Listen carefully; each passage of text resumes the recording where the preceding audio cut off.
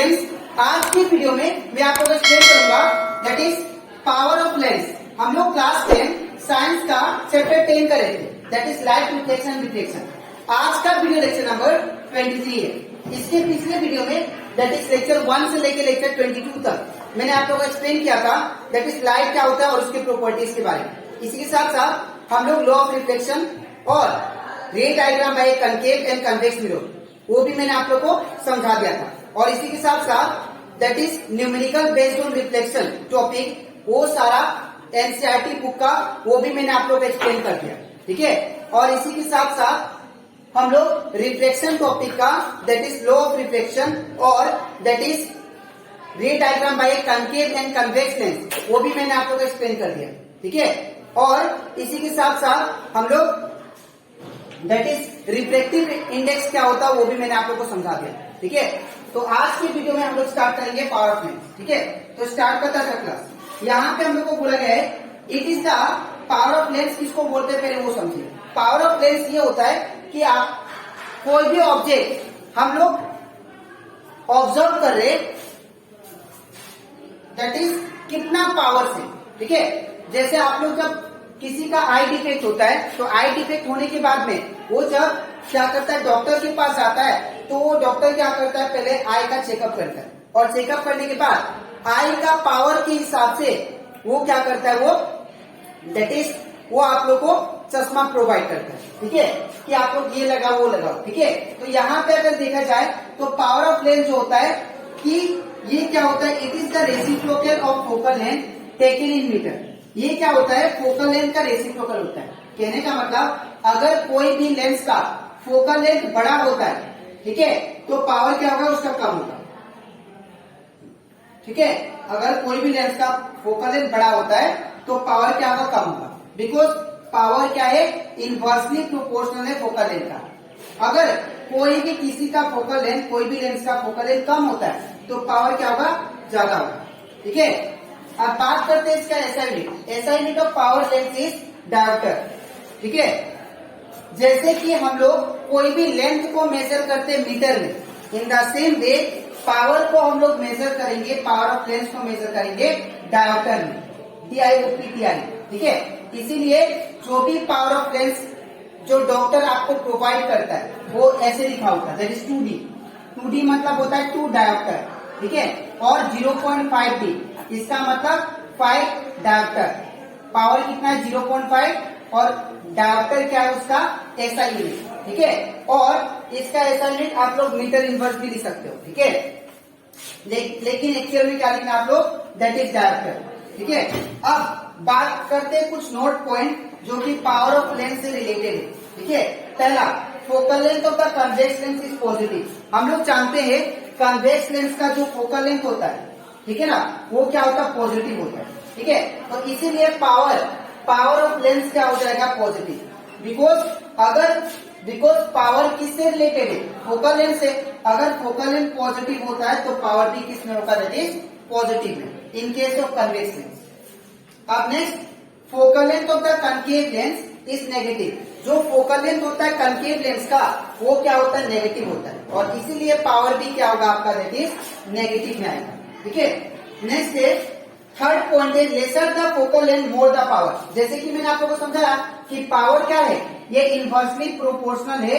Power जो है वो इनवर्सली प्रोपोर्शनल है फोकल लेंथ का। अगर आप लोग फोकल लेंथ बढ़ाओगे तो पावर क्या होगा घटेगा, ठीक है। तो यहाँ पे पॉइंट है लेसर द फोकल लेंथ। अगर हम लोग फोकल लेंथ को घटाएंगे तो पावर क्या होगा ज्यादा होगा, ठीक है। तो lesser the focal length more will be the power, ठीक है।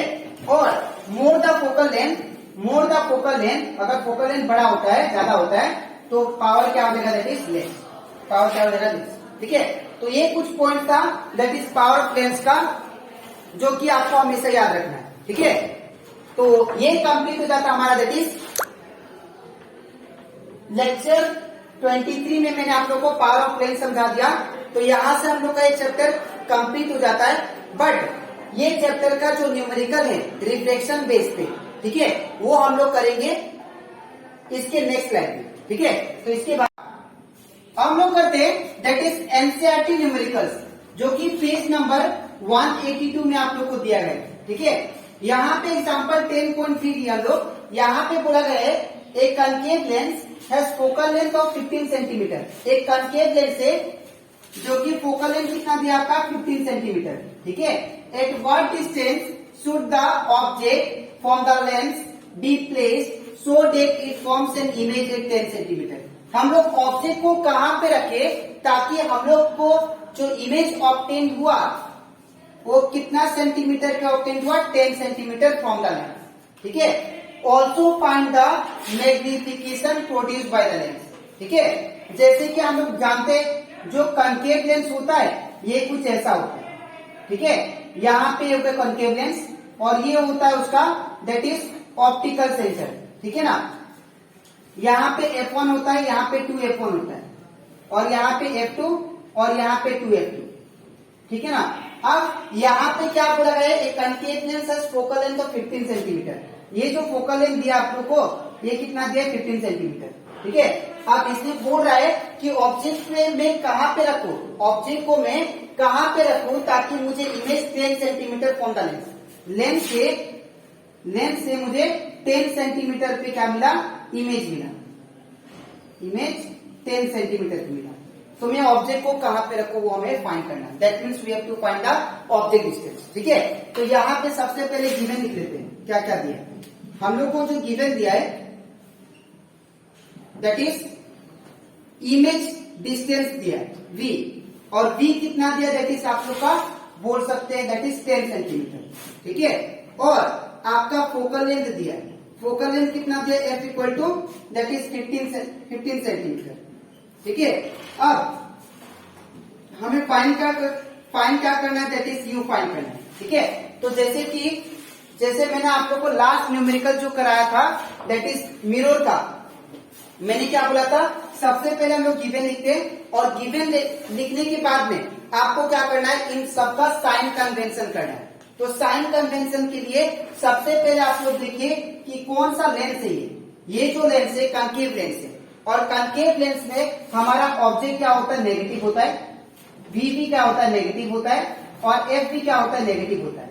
अभी तीनों क्यों नेगेटिव होते हैं, because according to sign convention. ठीक है, ये तीनों नेगेटिव किसलिए होते हैं, बिकॉज ये इन फ्रंट ऑफ लेंस होते हैं साथ। ठीक है, तो इसीलिए क्या होगा, जब आप लोग वैल्यू को लिख लोगे तब क्या होगा, यहाँ पे नेगेटिव पुट करना आप लोग।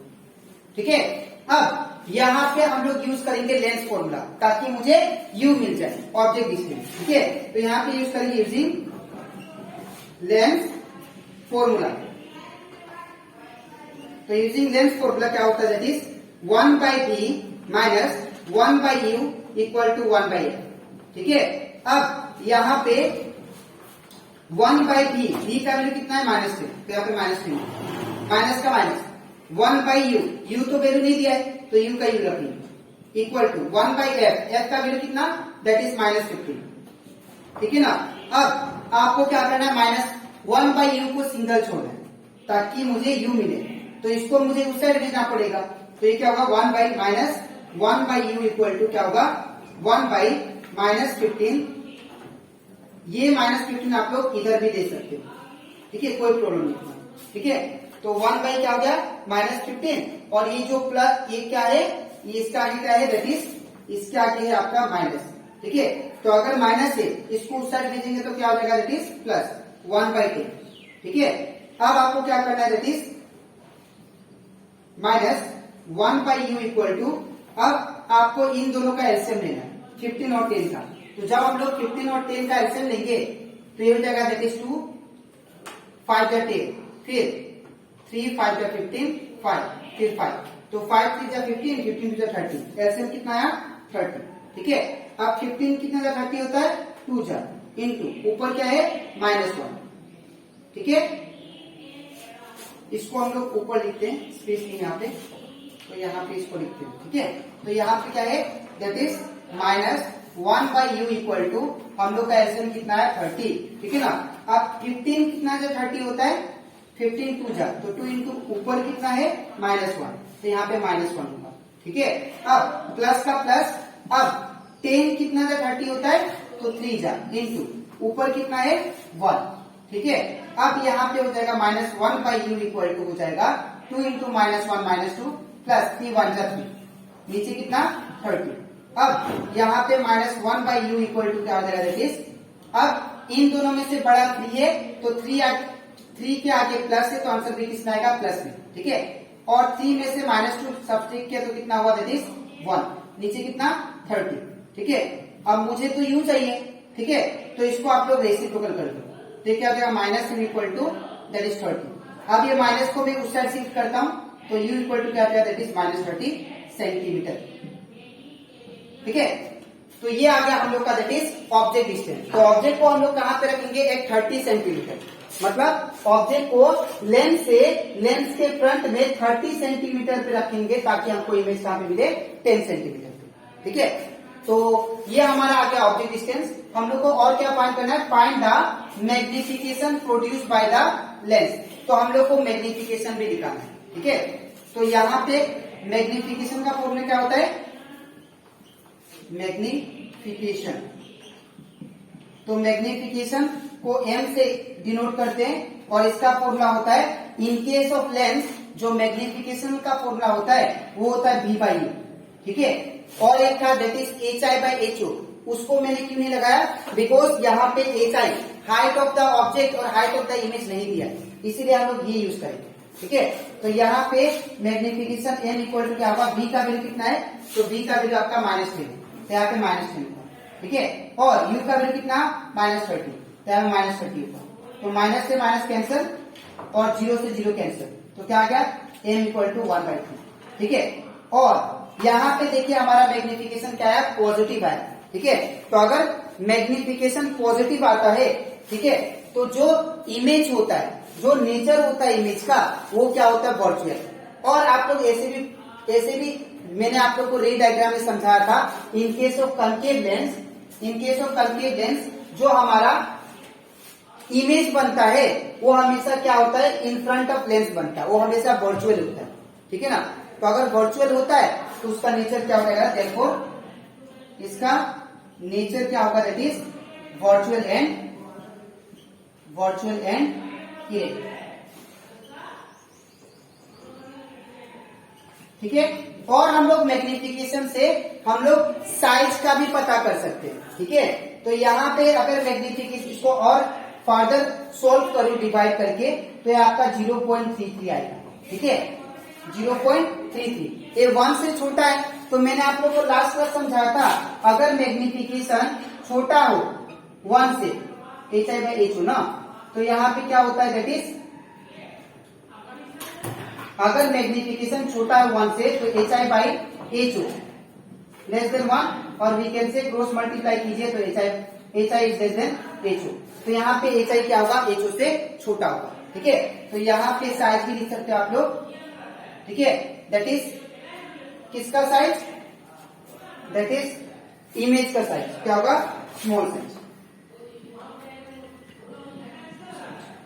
ठीक है। तो आई होप आप लोग को ये न्यूमेरिकल अच्छे से क्लियर हो गया होगा, ठीक है। तो अब इसके नेक्स्ट वीडियो में मैं आप लोग को समझाऊंगा दैट इज बाकी सारा न्यूमेरिकल जो आपका एनसीईआरटी बुक में दिया गया, ठीक है। तो आज के लिए इतना ही, मिलते हैं नेक्स्ट वीडियो में।